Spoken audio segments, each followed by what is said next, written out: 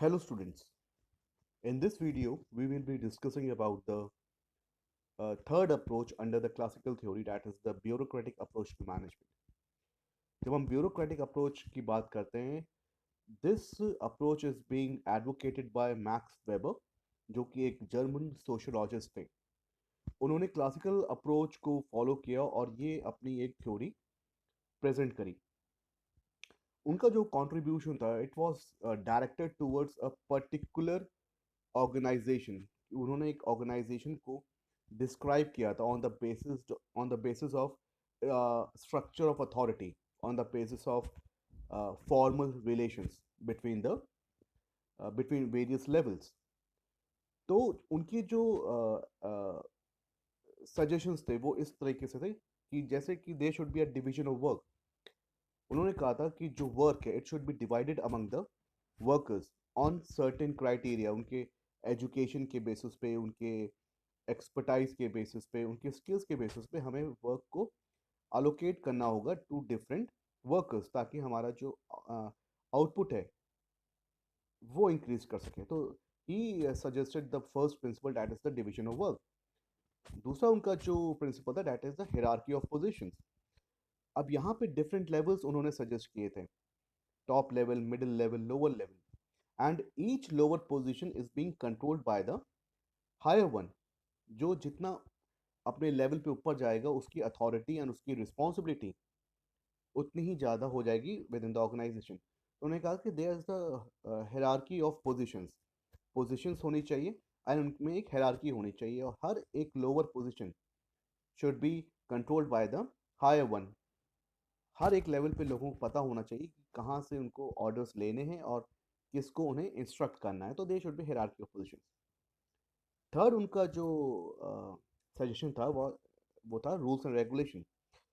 उन्होंने कहा था कि जो स्ट्रक्चर है, जो ऑर्गेनाइजेशन है, it should be controlled by the rules and regulation. तो and it should be followed up at every level. जो कि top administration rules and regulations बनाएगा, प्रोसीजर्स बनाएगा, उसी के अकॉर्डिंगली ऑर्गेनाइजेशन को चलना चाहिए. तो rules and regulation should be there. Depersonalization should be there. जो ऑर्गेनाइजेशन है, it should be guided by the regulations, it should be guided by the rules. तो वहाँ पे इमोशंस की, सेंटिमेंट्स की या पर्सनल कॉन्टैक्ट्स की के लिए कोई जगह नहीं होनी चाहिए. मतलब organisation should conduct in a formal way. उन्होंने स्टाफिंग की बात करी थी. अगर स्टाफिंग की हम बात करें तो जो पर्सोनल्स हैं, जहाँ पे हमें बहुत ज़्यादा स्किल्स की रिक्वायरमेंट नहीं है, जहाँ पे हमें बहुत ज़्यादा एक्सपर्टाइज की रिक्वायरमेंट नहीं है, वो जो पर्सोनल्स हैं उनको कॉन्ट्रैक्चुअल बेसिस पे हायर किया जा सकता है. They should be a contractual relationship between the employ and the employer. But जब हम ब्यूरोक्रेट्स को हायर करते हैं, they should be appointed through a particular selection process and on the basis of their qualification and on the basis of their technical competence. So he suggested a element of staffing for hiring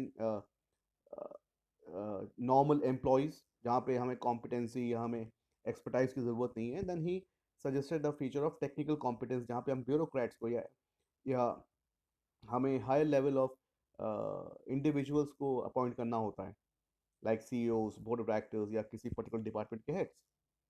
Then he suggested कि we should keep the record of everything. There should be an official record of everything. There should be extensive filing system for the uh, for the proper functioning of the organization.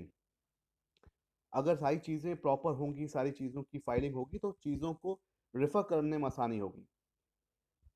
तो जो Weber's की approach थी, it has been design to predict the behaviour of the organisation. वो एक advantages condition provide करता था, consistency provide करता था एंड एफिशिएंसी इंक्रीज करता था इन द डिसीजन मेकिंग. तो वेबर ने जो एक अप्रोच दी थी, वो डायरेक्टेड थी एक फॉर्मल ऑर्गेनाइजेशन स्ट्रक्चर की तरफ. This is all for this particular video. Thank you.